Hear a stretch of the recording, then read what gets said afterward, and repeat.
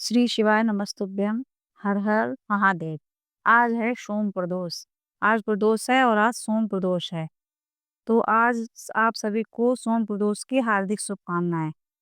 क्या आप जानते हैं प्रदोष के दिन शिव जी को प्रसन्न करने से समस्त रोगों, दोषों और दुखों से मुक्ति मिलती है और सभी प्रकार की इच्छाएं पूर्ण होती हैं।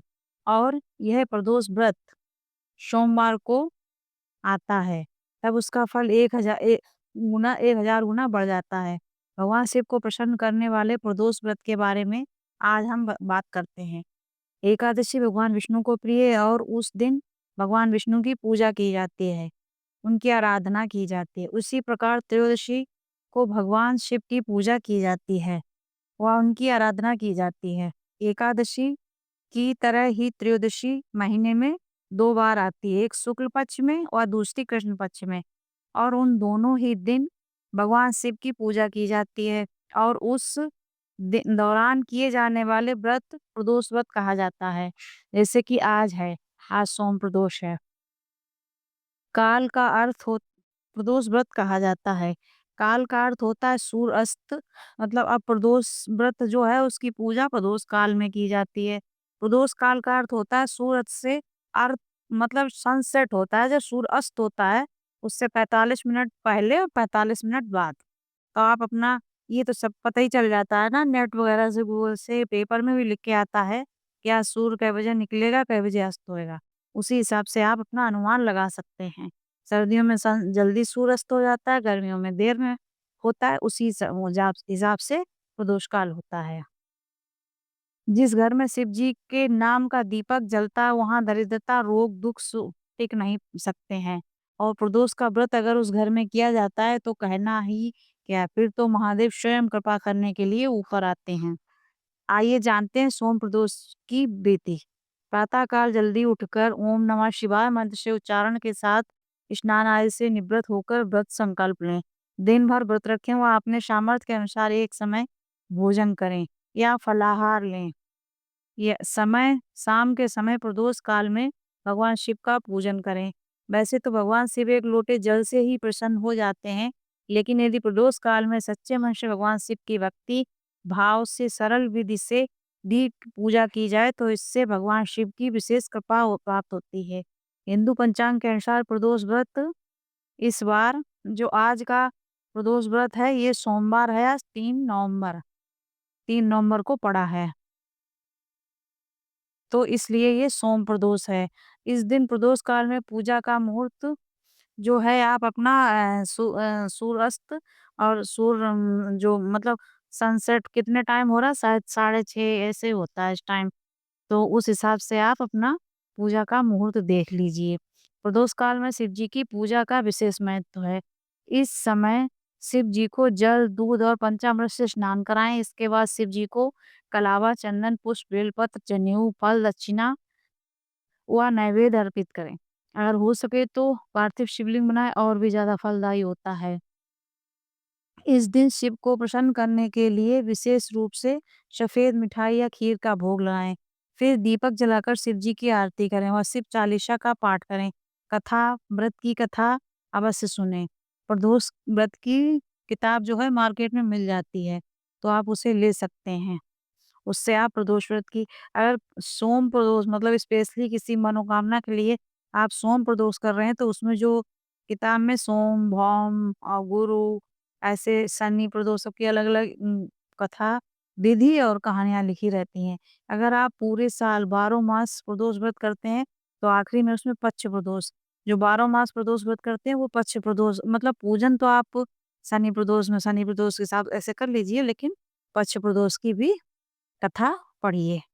कहते हैं कि व्रत की कथा सुनने और सुनाने वाले को व्रत का संपूर्ण फल प्राप्त होता है, इसलिए कथा अवश्य सुननी चाहिए। तो आइए सुनते हैं सोम प्रदोष की पावन कथा। बहुत समय पहले की बात है, रामपुर गांव में एक निर्धन विधवा ब्राह्मणी जानकी रहती थी। उस ब्राह्मणी का एक पुत्र मोहन था। दोनों माँ बेटे भीख मांगकर अपना जीवन यापन करते थे।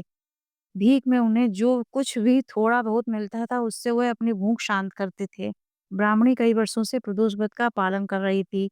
वह हर त्रयोदशी तिथि आने पर व्रत रखा करती थी।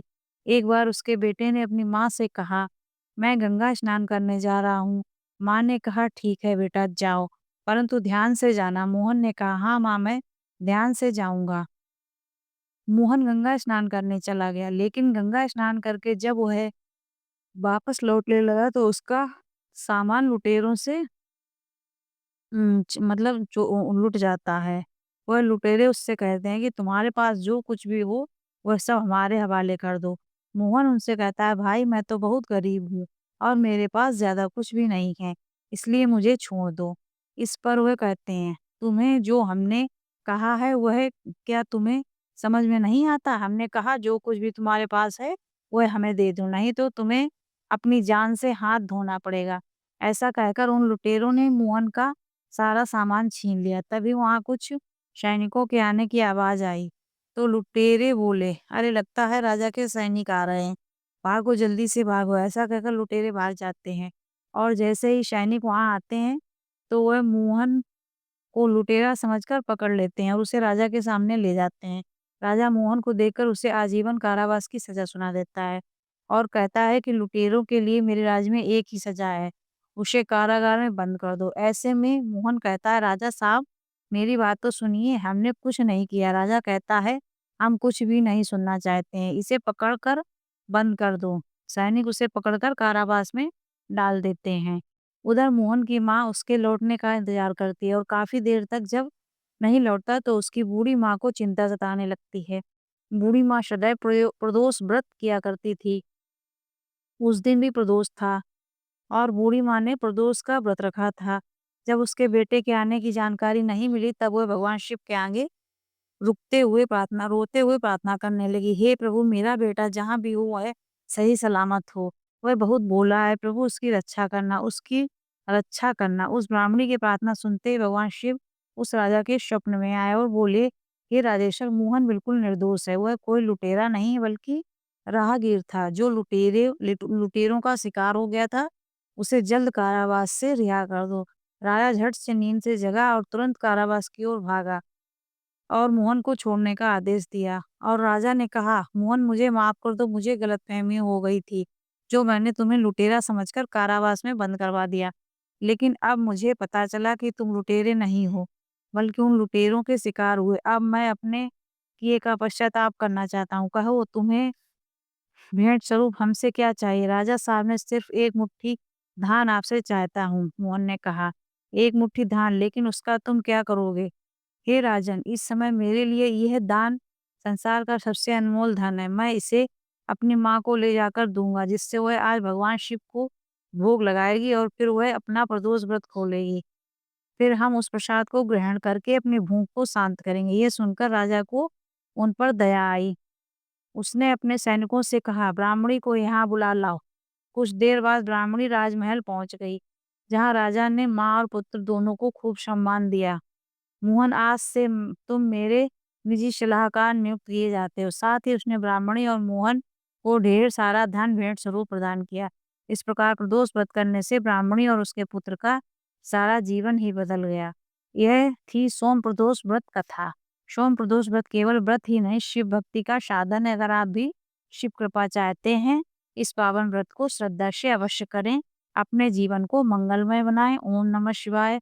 यदि आपको हमारी बताई ये कथा पसंद आई हो तो प्लीज़ कमेंट बॉक्स में श्री शिवाय नमस्तुभ्यम लिखें। और हाँ, महाराज जी पंडित प्रदीप मिश्रा जी ने आज कुछ सोम प्रदोष व्रत के उपाय बताए हैं, जैसे कि एक वो उसका बताया है तुलसी की लकड़ी वाला। शाम को प्रदोष काल में 11 एक सूखी 21 लकड़ी कलावा लपेट के जला के रखें। और भी कुछ उपाय है जो हमारे वीडियो में पड़े हुए हैं, तो आप जा कर के देख सकते हैं। श्री शिवाय नमस्तुभ्यम। हर हर महादेव।